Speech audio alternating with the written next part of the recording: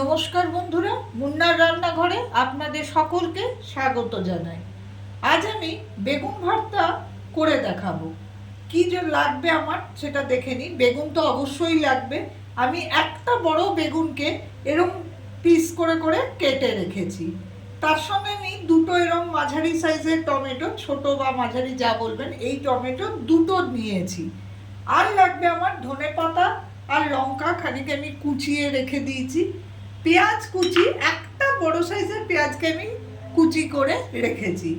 নুন লাগবে, সর্ষের তেল লাগবে। এবারে আমি বেগুন ভর্তাটা কিভাবে বানাচ্ছি সেটা দেখুন। আমি কড়াইটা আগে গ্যাসটা অন করে দিয়েছি, এই কড়াইটা যাতে গরম হয়ে থাকে। এবারে আমি সর্ষের তেল 4 চামচ মতো দিলাম। ভালো করে গরম করব তেলটাকে। তেলটা আমার গরম হয়ে গেছে। এখন আমি একটুখানি এর মধ্যে হলুদ দেবো। হলুদ আমি একটু বেশি করে দেবো, কারণ আমি বেগুনে আলাদা করে কিছু হলুদ মাখাইনি। একটু বেশি করে এই সময় একটু হলুদটা দেবো। আর আমি নুন পরে দেবো। আগে আমি বেগুনগুলোকে সুন্দর করে এই তেলের মধ্যে দিয়ে দেবো।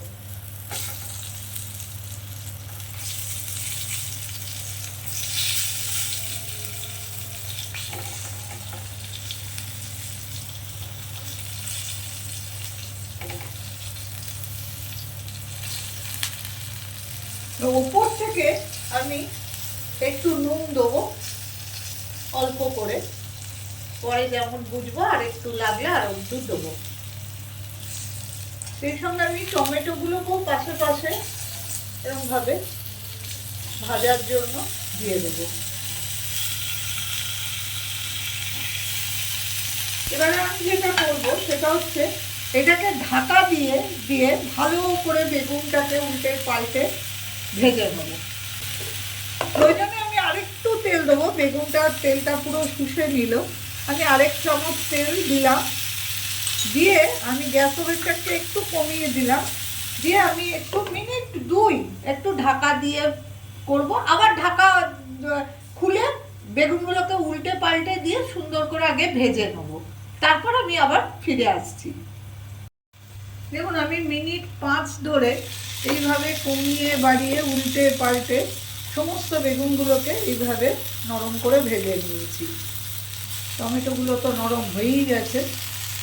এই দেখুন, আমার বেগুনটা পুরো সেদ্ধ হয়ে গেছে, কারণ খুন্তি দিলেই এটা কেটে গেছে।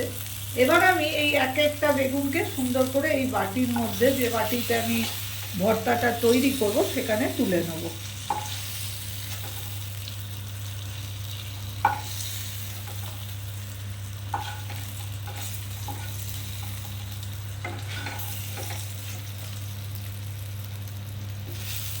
গ্যাসটাকে নিভিয়ে দিলাম।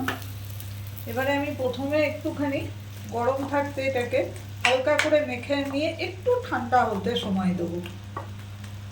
ওইভাবে একটুখানি মেখে নিলাম।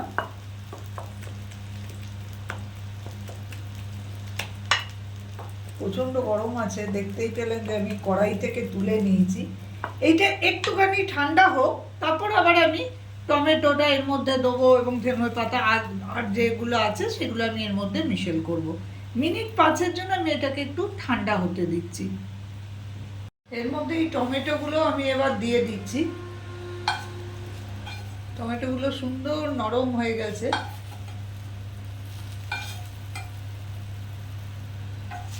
দিয়ে আমি সবটাকেই মাখবো।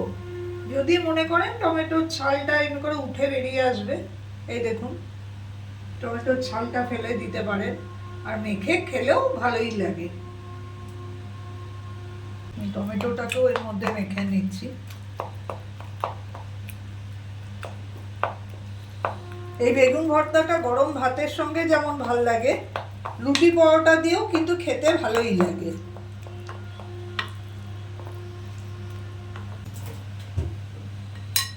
আমি অল্প নুন ওখানে দিয়েছিলাম, এখানে আরেকটু নুন দেব। ধনেপাতা লঙ্কা কুচিটা পুরো যেন কোনো জল না থাকে চিপে দিয়ে দেবো।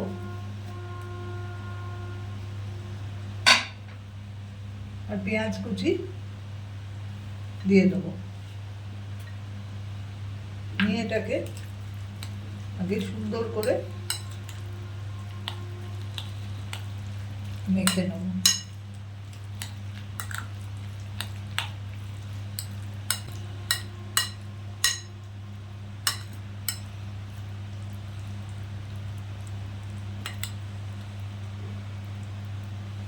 যেহেতু এটা ভর্তা আইটেম, তাই এটাতে অবশ্যই একটুখানি ওপর থেকে কাঁচা সর্ষের তেল দিতে হয়।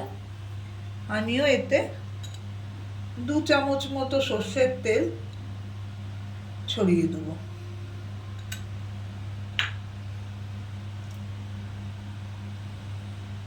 রেডি হয়ে গেল আমার অপূর্ব স্বাদের বেগুন ভর্তা, যেটা ভাত, রুটি, পরোটা সবার সঙ্গে খাওয়া চলে।